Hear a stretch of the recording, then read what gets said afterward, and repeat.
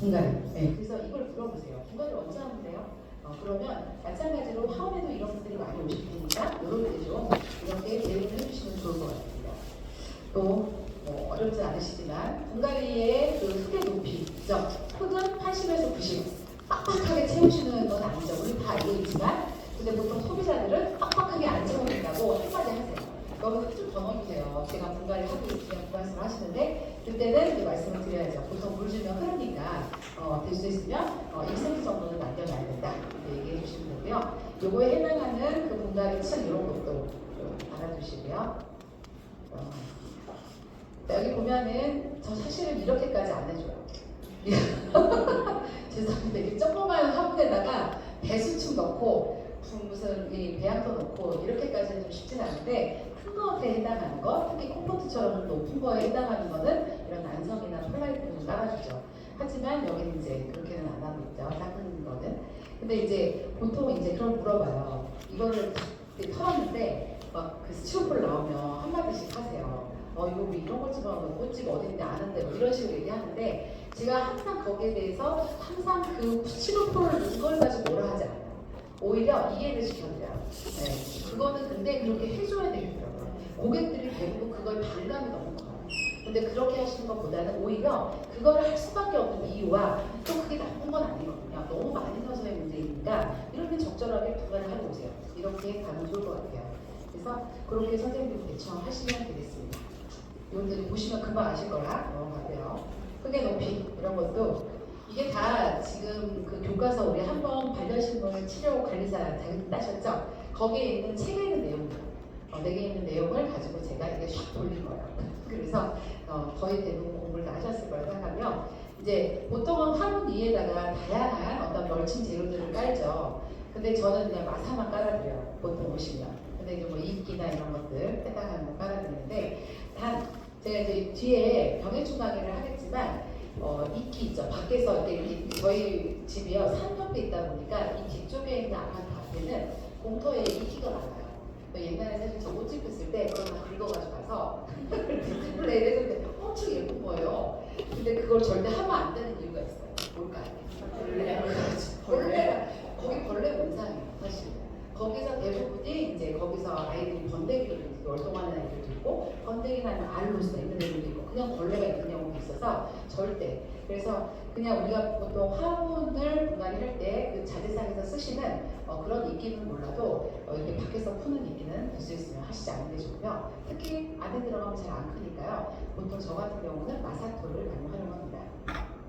넘어가겠습니다. 물 주는 건 주기, 물 주는 거 어떻게 주면 되느냐. 제가 이런 말씀을 드려요. 그 대부분의 이제 우리가 실내 식물, 지금 우리가 그 폴시한가요? 이렇게 식물들을 대부분 이렇게 갖고 오는 아이들은 대부분 동남아시아에서 온 애들이 많아요. 근데 동남아시아에서 온 애들은요, 키 큰 그런 나무를 배갖고 오지 않고요. 다 어떤 나무를 갖고 오느냐? 다 지피식만 갖고 와요. 대부분이 수입을. 그러다 보니까 그 지피에 해당하는 아니면 낮은 키가 작은 낮은 화분들을 갖고 오다 보면 얘네들의 특징이 뭐냐면 대부분 키 큰 곳에 낮은 아이들이잖아요. 해를 잘 받을 수 있을 거라고 생각해요. 예, 그래서 대부분 반그늘에서 내지는 반지에서 큰 아이들이 많습니다. 자, 그렇기 때문에 물도요 실질적으로 너무 많이 과습을 하면 사실은 오히려 아이들에게 상태를 더 안 좋게 만들 수 있겠죠. 자, 그리고 저는 이제 몰랐는데 제가 어느 강의를 들으니까 교수님이 그런 얘기를 하시더라고요. 그 동남아시아에서 보통 온다고 했잖아요. 그 아이들은 사시사철 다 같은 온도에 같은 어떤 계절을 갖고 오죠. 그랬다가 우리나라에 겨울을 맞이하게 되면 우리나라는 지금 겨울이지만 실내 식물 다 안에서 키우잖아요. 그럼 온도가 거의 대부분 맞다라고 생각하고 쭉 키우잖아요. 근데 얘네들도 어떻다? 겨울을 느껴요. 겨울을 느끼기 때문에 이때 물을 많이 주면 오히려 왜냐면 겨울을 느낀다는 건 얘네들이 자기네들이 감흥하지 않았던 그런 어떤 계절을 느꼈기 때문에 얘네들 스스로가 더 이상 생육을 잠깐 멈춰요. 그게 휴면이에요. 보통 이 관엽식물의 특징 중에 하나가 겨울에 휴면을 하는 특징이 많아요. 제가 이제 그 중에 대표적인 게 그 알로카시아라는 거 아시죠? 이게 동그라면서 이렇게 큰 잎 나오는 거. 제가 걔를 항상 언제 죽이냐면 겨울에 죽여요. 혹시 그런 적 없어요? 얘네가 줄기가 갑자기 훅 들어가면서 중간에 막 눕고 쓰러지고 이게 보통 겨울에 여름에 많이 안 그러고요. 겨울에 많이 그러는데 제가 인도네시아를 가니까 걔가 어디에 있냐면 대부분 물가 옆에 있어요. 걔네가. 그러니까 물을 엄청 잘 먹는 거예요. 거의 토란대학교예요. 거의 그런 데서 물 습습한 데서 크는데 걔네들은 연중 그 날씨에 크기 때문에 걔네들은 그때는 물을 잘 어떻게 보면 흡수해서 잘 크고 있는 거죠. 자, 근데 걔네들이 겨울을 맞이해서 오잖아요. 그럼 그 아이들은 오는 동시에 겨울을 맞이했다라고 하면 흉년을 하는 거예요. 그때 자꾸 물을 주니까 얘네가 거기서 썩는 거죠. 그래서 저도 사실은 그 나무 좋은 거 제가 도매시장에서 처음 나왔을 때 그거 되게 비싸게 사고 와서 제가 집에서 키워보고 싶어서 키워봤는데 그걸 죽였어요. 그래서 제가 엄청 안타까워했는데 그때 그게 겨울에 이렇게 죽였거든요. 그래서 보니까 그런 시스템이 있어요. 그래서 겨울에는 물을 좀 안 주는 방향 내지는 물을 좀 적게 주는 방향으로 가셔야 합니다. 자, 그래서 물 주는 시기 쭉 보시고요. 자, 여기서 한 가지 식물에 따라서 물을 좀 좋아하는 그런 아주 호의적인 아이들도 있고 물을 굉장히 멀리하고 싫어하는 아이들이 있는데 너무 잘하시는 다육가 식물들은 보통 물을 좀 싫어하죠. 자, 근데 여기에 혹시 요 구주마니아라고 하나요? 네, 구주마니아 체리라고도 하는 요 식물, 이게 파인애플과에 해당하는 아이인데, 자, 이 친구는 생긴 게 파인애플의 이 밑둥이 없이 위에가 딱 잘린 것 같은 그죠? 그런 모습이죠. 자, 근데 걔네가 어디에 많으냐면 보통 아마 강의 공부를 하신 분들은 걔네가 대부분 물가 쪽에 많이 산다라고 되어 있고요. 보통 세종시 식물원이나 이런 데 가면 이 물가 쪽에 있는 그런 그 디스플레이 되어 있는 옆에다가 그렇게 키워요. 자, 근데 얘 시스템이 있어요. 물 먹는 시스템. 혹시 아시는지 모르겠는데, 자, 파인애플의 머리 보시면, 자, 여기가 이렇게 약간 로제트형으로 약간 이렇게 삐껴서 장미처럼 이렇게 잎이 이렇게 달려 있거든요. 자, 근데 물을 얘가 비가 오잖아요. 비가 오면 그러면은 얘네가 머리부터 이렇게 맞을 거 아니에요. 물을. 자, 그렇게 하면 얘네가 물을 밑으로 내려보내는 게 아니라 이 위쪽에 물 저장하는 곳이 있어요. 혹시 보신 적 있으시죠? 네, 이 위쪽에 보면 얘가 습습하게 물이 이렇게 고여 있는 거 보신 적 있을 거예요. 자, 이렇게 고여 있어요, 얘들이. 자, 그런데 그 물이 만약에 실내로 들어오면 통풍이 안 되니까 보통 어떻게 돼요? 썩겠죠. 그래서 생각보다 구주마니아가 실내에서 잘 안 커요. 자, 근데 얘네 특징이 뭐냐면, 자, 물을 이렇게 담고 있는데 이 물의 역할이 뭐냐면, 만약에 건조하게 되잖아요. 자, 건조하게 되면 얘네가 잎이 약간 이렇게 아르졌어요. 약간 C자형으로 약간 아르졌는데 이게 점점점 좁혀져요. 좁혀지면서 중간에 있는 물을 어떻게 해요? 밑으로 흘러내려보내요. 혹시 아시나요? 그래서 그 위에 있는 물이 밑으로 흐르게끔. 그래서 얘네가 건조할 때 그 물을 공급받을 수 있게끔 그런 시스템을 갖고 있습니다. 그래서 그런 아이들은 실질적으로 실내에서 키울 때는 조금 위험스럽기는 해요. 그래서 이런 것들은 좀 주의해서 키우시는 게 좋겠습니다. 그리고 넘어가겠습니다. 자, 그래서 물 주는 거에 해당하는 거는 우리가 너무 잘하시고 매번 또 하원에 가서 물을 많이 주시는 쭉 보시고요. 넘어갈게요. 자, 물 장기자로 특히 이게 있어요. 물을 많이 먹이겠다고 해서 식물이 좀 상태가 안 좋아서 많이 먹어라 이렇게 생각이 들어서 통에다가 애를 담그는 경우 있으시죠? 자, 담궜을 때 담궜다가 한 1, 2시간 빼는 건 괜찮은데 그거를 하루 종일 담가놨다가 놓으면은 걔들이 상태가 안 좋아져요. 근데 생각보다 화분에 꽤 있으세요. 근데 그거는 굉장히 식물을 굉장히 괴롭히는 일 중에 하나인데 이유는 토양의 삼상이라는 게 있어요. 삼상. 하나는 고상, 액상, 기상이라는 게 있어서 물체에 해당하는 덩어리, 흙덩어리. 그러니까 두 번째는 액상은 물이에요. 그 다음에 세 번째가 기상은 공기거든요. 자, 근데 그 공기층을 어떻게 해요? 이 물이 다 막아버리는 거예요. 자, 이렇게 되면 이 토양에 있는 이 공기층이 끝내는 뿌리에 그런 어떤 그 공기를 줌으로써 얘네가 호흡을 할 수 있게 만들어주는데 그게 안 되게 되는 거죠. 그래서 뿌리가 썩어.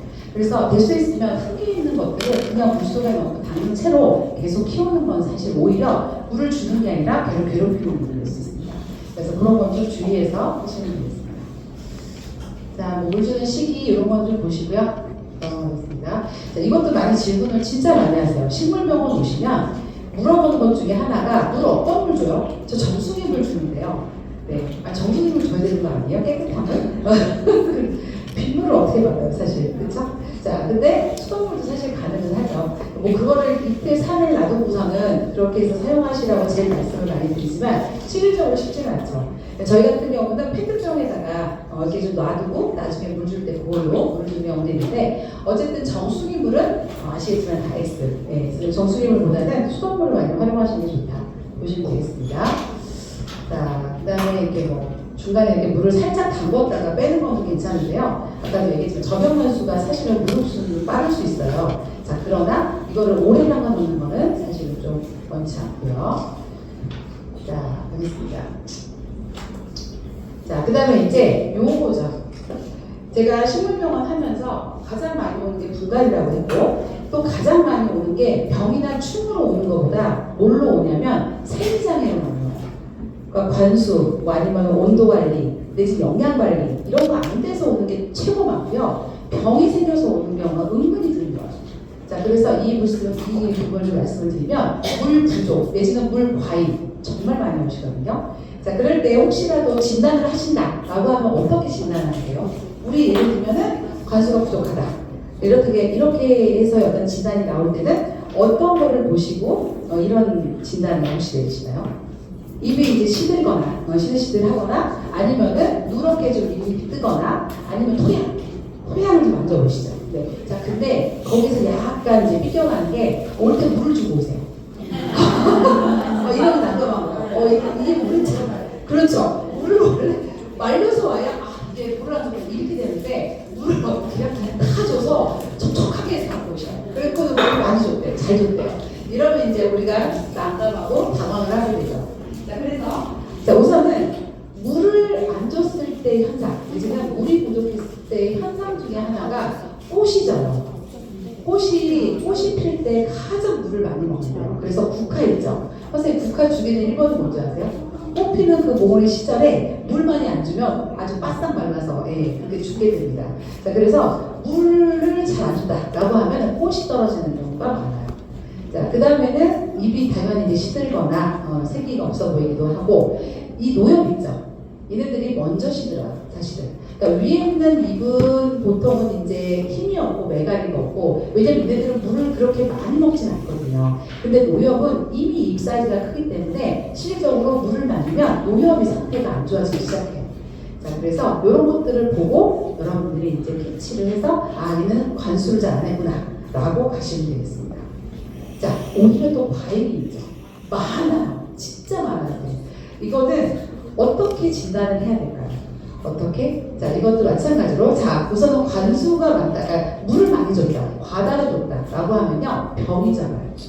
네, 곰팡이병 내지는 이렇게 좀 꽃에 있는데 뭐가 이렇게 좀 약간 허연게 뭐가 이렇게 껴있어요. 이게 이제 병일 수도 있고 병직일 수도 있고 아닐 수도 있지만 어쨌든 대부분이 꽃이 약간 좀 이렇게 상태가 좀 이렇게 말려서의 상태가 아닌 그런 어떤 흔적이 남아있고요.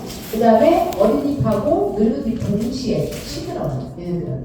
이게 그 물을 많이 주면서 문제가 되는 것 중에 하나가 병이 잘 오거든요. 그러다 보면 하나에 해당하는 부분보다는 병 같은 경우는 확 번지는 경우가 많기 때문에 보통은 같이 동시에 오는 경우가 많습니다.